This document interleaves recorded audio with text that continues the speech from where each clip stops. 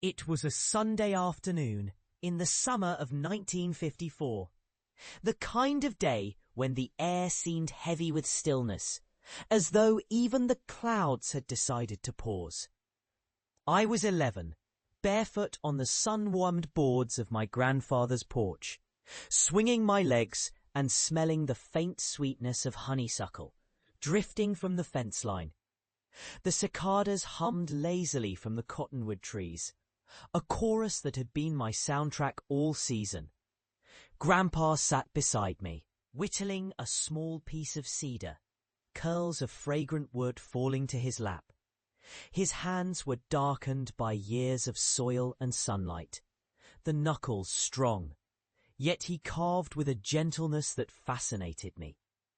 I remember him stopping now and then to tilt his head toward the road, as if listening for something only he could hear.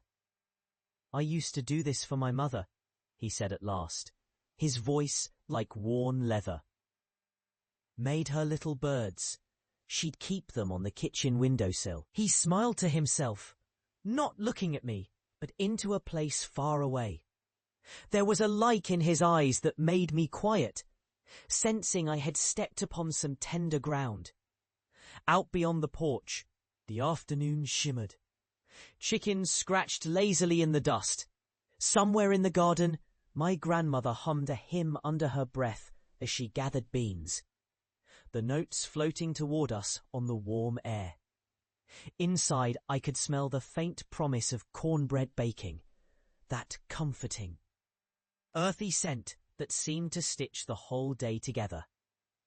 Grandpa finished the carving with a patient twist of his knife, then placed the tiny bird in my palm.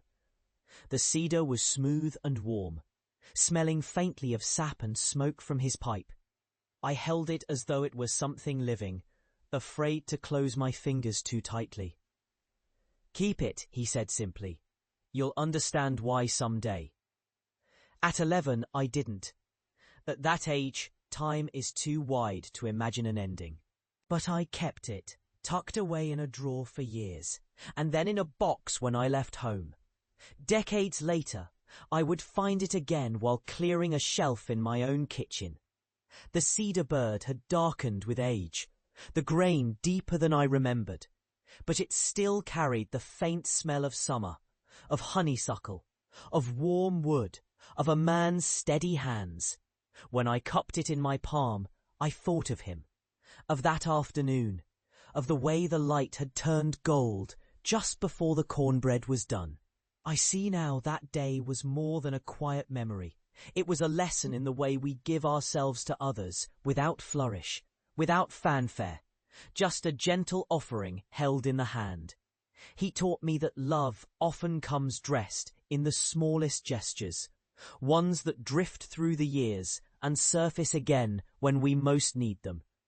And now, sometimes, I place the bird on my kitchen windowsill. The way he carved it into life was the way he taught me to see, to hold the ordinary as though it were a treasure, to know that what is simple is often what lasts the longest.